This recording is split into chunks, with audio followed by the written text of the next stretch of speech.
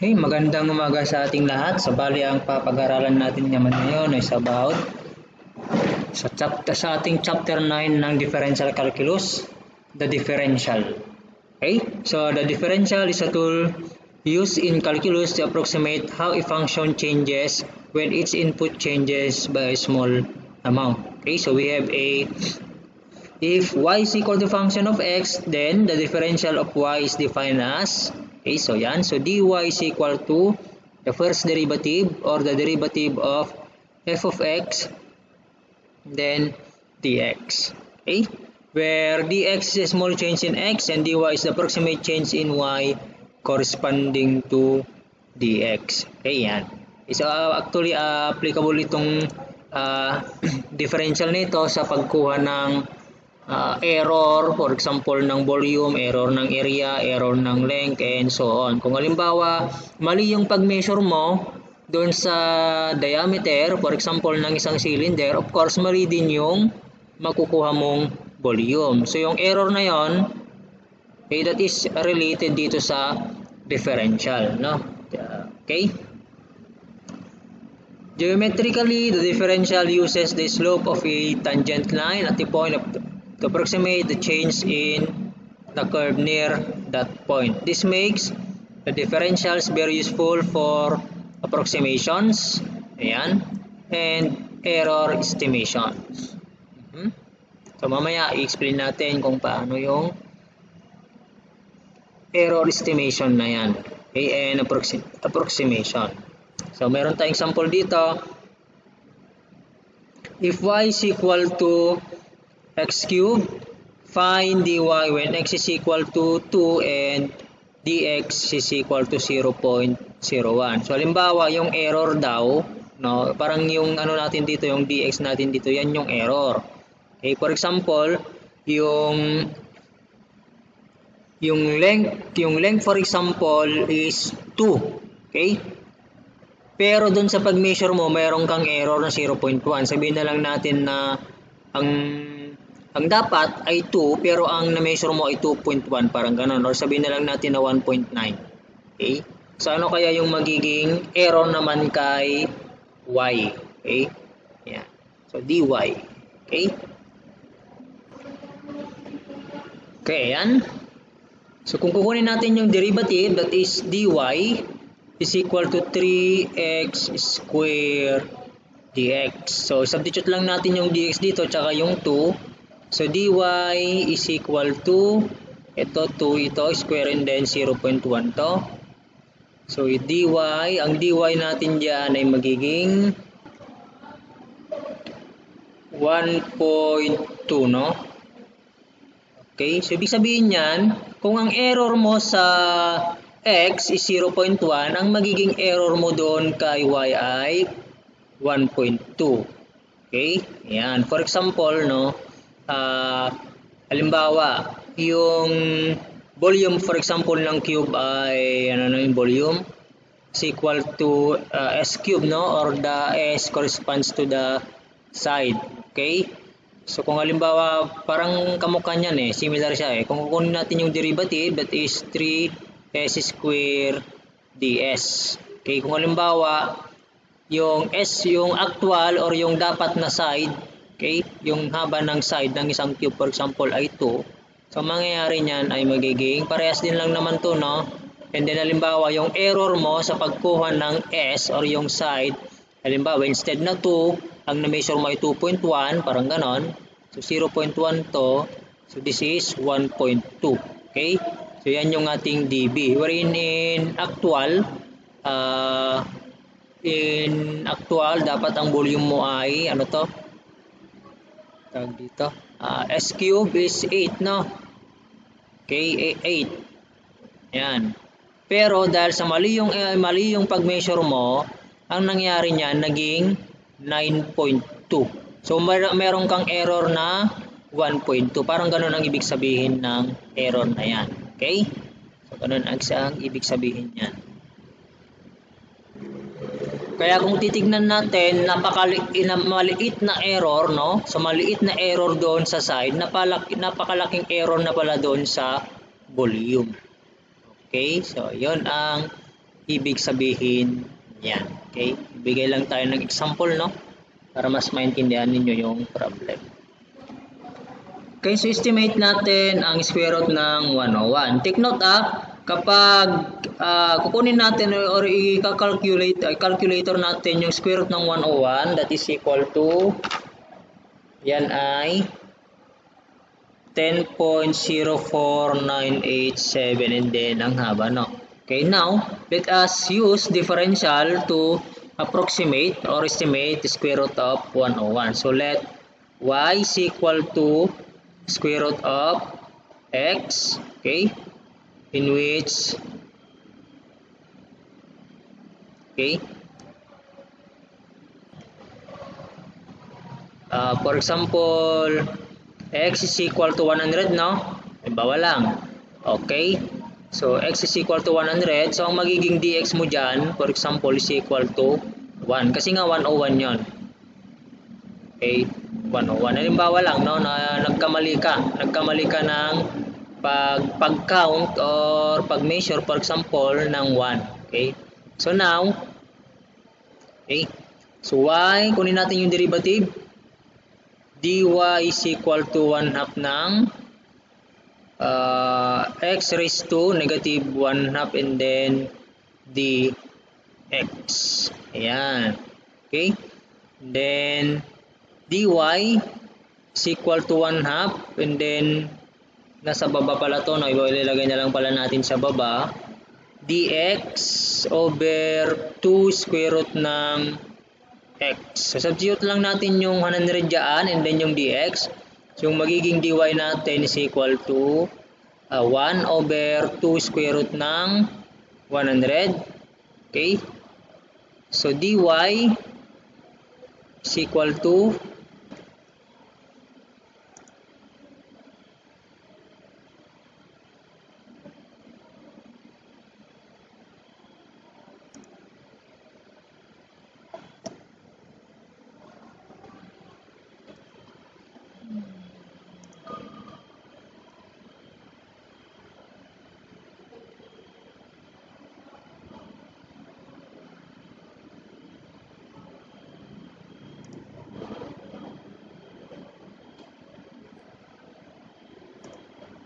100, ano to, 100 to, no? Dapat mali pala, ganito pala dapat to. It should be square root ng 101 is approximately equal to square root ng 100 plus yung error. Okay? Oops, 101 pala yun, 101. So, 101 to. Ayan, so this is equal to 10.05, which is of course malapit naman doon sa talagang square root ng 101. Okay, so yun yung halimbawa ng application, no? Another application ng differential. Next, example 3, error estimation using differentials. Okay, sa pagkuha ng volume. Suppose a sphere has a radius of 10 cm. So, measured with an error of 0.1 cm, estimate the maximum error in computing the volume. Of course, kung nagkamali ka ng pag-measure ng radius, magkakamali ka din ng mako-compute na volume. Ang tinatanong, gaano kalaki yung error? Okay? Ayan. Okay, so first, ang gawin natin ay mag-isip ka muna ng formula na ay susulat, which is of course dapat ay yung volume ng sphere. Ano ba ang volume ng sphere? Gamit ang radius, that is equal to 4 over 3 pi r cube.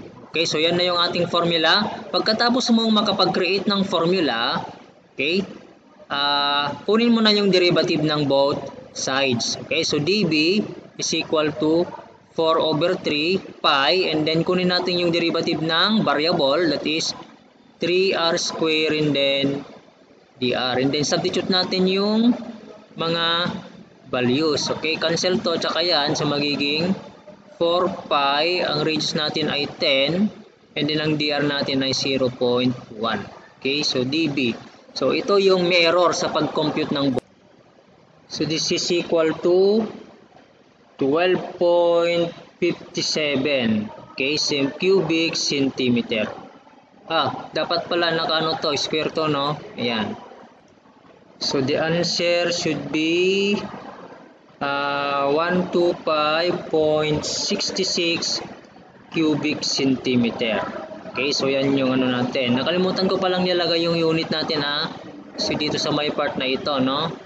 So, this should be, yung radius natin ay i-square natin yung ano dito. Yung radius natin ay naka-centimeter yun, no? Then, square natin. Tapos, yung DR natin ay naka-centimeter din. Kaya, cubic centimeter yung ilalagay natin. Okay, now, i-compute natin yung talagang volume dapat. That is equal to 4/3 pi times 10 cube, no? Okay. So, the volume dapat ay 4188.79. Ngayon, ang actual na volume na mako-compute mo dyan ay magiging, ang volume actually na mako-compute mo dyan ay 4188.79 plus 125.66. So, ito is i-add mo lang yan. Yan yung actual na mako-compute mo na volume. Okay, kasi nga nag-error ka. Ito yung error mo. Okay, yan. Now, kung halimbawa naman ay nagkamali ka, for example, instead na, so parang ang na-measure mo pala dito, ang radius mo ay 10.1, no? Kasi nagkamali ka. How about kapag halimbawa ang na-measure mo na radius ay negative 0.1, so magiging 9.9. Okay? Halimbawa lang Ngayon, papalitan mo lang naman ito ng negative, no? Negative to. Okay? Kasi positive naman to, hindi naman sinabi kasi ng problem na siya ay nagkamali ng mas maliit. Okay, so positive yan. So kapag ganon sinabi, no, mas maliit, lesser, so negative ang ilalagay mo dito. So kung negative ang ilalagay mo diyan, magiging negative na rin tong magiging negative na rin itong dB. Okay? So ngayon, kapag ganon ang mangyayari, yung actual volume na mako-compute mo ay magiging lesser than 4188. Palitan mo lang naman ito ng negative. So, ganun yan, no? Okay? Next problem. The surface area of a sphere. Okay? Is given by, alam naman natin, yan naman talaga yung formula ng surface area ng sphere, where r is the radius. If the radius of the sphere measure 10 cm with the possible measurement error of 0.2 cm, use differentials to estimate the maximum error in the calculated surface area. Yan. Okay, so ano kaya yung error sa pag-measure ng area? So we have surface area is equal to 4 pi r square. So ganyan So kailangan mong magsulat muna or mag-isip muna ng formula na related doon sa hinahanap. Okay, so ito yung formula natin. Then take the derivative ng surface area, or ganito na lang, prime na lang natin to, no? Tama ba? Prime. Hindi, ganito na lang. SA is equal to DSA is equal to 4 pi and then 2r and then dr. Okay? So substitute natin 4 pi and then twice ng radius times 10 and then ang dr natin ay 2. Okay, 2 cm ba yon? 0.2 pala yun, no? 0.2 to 0.2. Okay? So, ang error sa pagkuha ng surface area, yung error mo sa pag-compute ng area ay that is equal to 50.26 centimeter square. So, mas malaki yung mako-compute mo ng 50.26 centimeter. Again, kung halimbawa naman ay lesser, kung halimbawa nagkamali ng lesser o mas mali, sabihin ng problem na negative to, so papalitan mo lang naman ito ng negative. No? Palitan mo lang yan ng negative, of course ito magiging negative na rin. Yan. So, let us compute yung surface area actually. Okay, that is equal to 4 pi times 10 square, so which is equal to 1256.64 centimeter square. Okay, so yan yung na-compute na yung talagang surface area. Pero dahil sa nag-error ka, no, nag-error ka ng 0.2, so mas malaki ng magiging yung surface area na mako-compute mo with error. Okay, with error is equal to 1256.64. I-add mo yung 50.26. Okay, now kung halimbawa naman yan ay negative, halimbawa ito, halimbawa negative yan, of course, papalitan mo lang naman ito ng minus. So, ganun yan, no? Okay, so, kung mapapansin ninyo, yung mga problems natin ay sphere, no? Sphere. Now, it is your responsibility naman na alamin yung mga formulas for the volumes, for example, ng pyramid, ano pa ba? Cube, yung mga ano natin, surface area ng pyramid, cylinder, okay, area ng rectangle, area ng rhombus, area ng circle, and so on. Okay, kasi nga, kung halimbawa yung problem, binago ang problem, ginawang circle, ginawang rectangle, ginawang pyramid, ginawang parallelopipe. Okay, so you should know yung mga formulas for that plane surface or yung mga parallelopipe, yung mga pyramids, no? Cone, mga ganyan. Okay? So that will be your assignment na, no? Okay, so kasi for example, lalabas yan sa quiz, di wala na, hindi close notes pa, ayun, patay, hindi mo memorize yung mga formulas, wala, hindi mo siya makukuha. Okay, so that ends our topic for this time. Thank you for watching.